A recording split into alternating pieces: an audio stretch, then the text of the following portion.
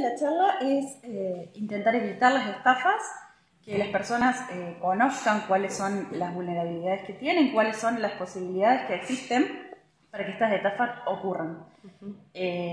Como por ejemplo el tema de la manipulación.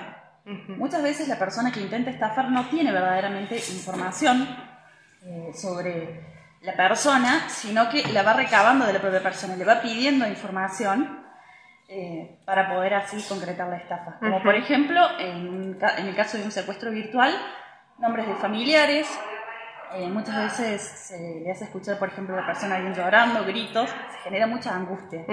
Se juega mucho con las emociones de las personas, haciéndole sentir que esa situación es muy importante, que de ahí depende, por ejemplo, la vida de un familiar.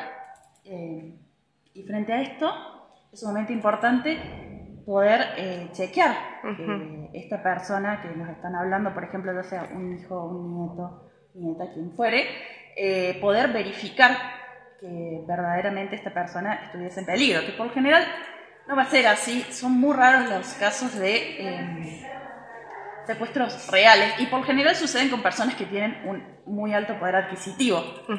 En realidad lo que sucede muchas veces son el tema de las estafas virtuales, donde en realidad no tienen un familiar, sino que están recabando datos para sustraernos dinero como rescate por un supuesto familiar secuestrado. Bien, ante un intento de estafa virtual, por ejemplo, con un llamado telefónico, ¿cómo podemos hacer para darnos cuenta que se trata de un intento de estafa?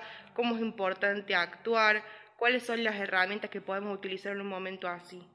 Bueno, es importante saber que los bancos nunca llaman para pedir los números de las tarjetas, por ejemplo, claves de banco, usuarios, contraseñas. Todos esos datos tienen que permanecer secretos, ¿sí? Tienen que ser nuestros y no los podemos compartir. Nadie nos va a llamar de buena fe para pedirnos esos datos. Es sumamente importante tener en cuenta esto. Mediante los datos de la tarjeta se pueden realizar, por ejemplo, compras, extraer dinero, y por eso es importante no responder a estos llamados. Ante la duda, cortar. Bien. Ante la duda, cortar la llamada y volverse a comunicar, por ejemplo, con el banco. Si es nuestro banco que verdaderamente nos está pidiendo información, llamemos al banco y veamos si es verdaderamente así. Bien. ¿Sí? O lo mismo, si es un familiar que nos está llamando, si es alguien que necesita nuestra ayuda, bueno, cortemos esa llamada y llamemos al número que nosotros conocemos, y ahí nos cercioramos, verificamos que esto verdaderamente sea así. Bien. ¿Y cómo podemos actuar, cómo podemos frenar esta situación cuando los estafadores juegan con la parte emocional, afectiva, ¿no?, de las personas? Porque es más fácil caer cuando nos dicen algo de algún familiar, de alguna persona cercana, ¿no? Sí, primero hay que tener en cuenta que siempre van a intentar, si llama a alguien y nos intenta hacer sentir en un principio empatía, y luego, o quizás más en el tema de secuestros virtuales, miedo, angustia, cuando nos empiezan a apurar y ya no dejamos pensar. Todos tenemos el derecho de tener tiempo para poder pensar y tomar nuestras propias decisiones. Entonces es muy importante poder darnos este lugar y decir, no, a ver, voy a pensar primero, voy a darme este espacio para pensar tranquilo y no dejarme llevar por esta persona que me está diciendo, dale, haz esto, haz lo otro, ¿sí? Y que nos está tratando de meter miedo. Bien. Es importante tener en cuenta cuando alguien nos está intentando generar miedo, y no dejarnos llevar por esto. Bien. Entonces lo más importante es cortar el llamado y poder chequear, hacer algún otro llamado, verificar si lo que está ocurriendo es cierto o no.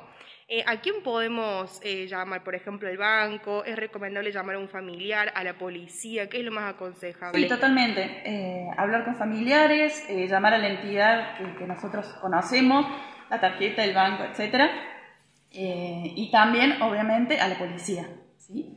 En el caso de que una estafa ya haya sido concretada, ya que, por ejemplo, nos pidieron nuestra dirección y la dimos y nos damos cuenta, por ejemplo, llamar urgente a la policía, cerrar todo, intentar hacer todas las medidas que se pueda para protegerse, ¿sí? En el caso de que ya nos hayan llevado el dinero o que ya le hayamos dado los números de nuestra tarjeta, lo mismo, contactarse para cancelar las tarjetas, para desconocer compras, y priorizar ante todo la salud, porque más allá de que la idea es intentar evitar que estas estafas económicas ocurran, ante todo es importante que tengamos en cuenta la calma, que el dinero se puede recuperar, la salud es más complejo, ¿sí? Poder cuidarnos, no dejarnos llevar por estos momentos de malestar, por esta angustia, poder recurrir a las personas que confiemos, a las entidades que confiemos y que nos puedan ser de ayuda.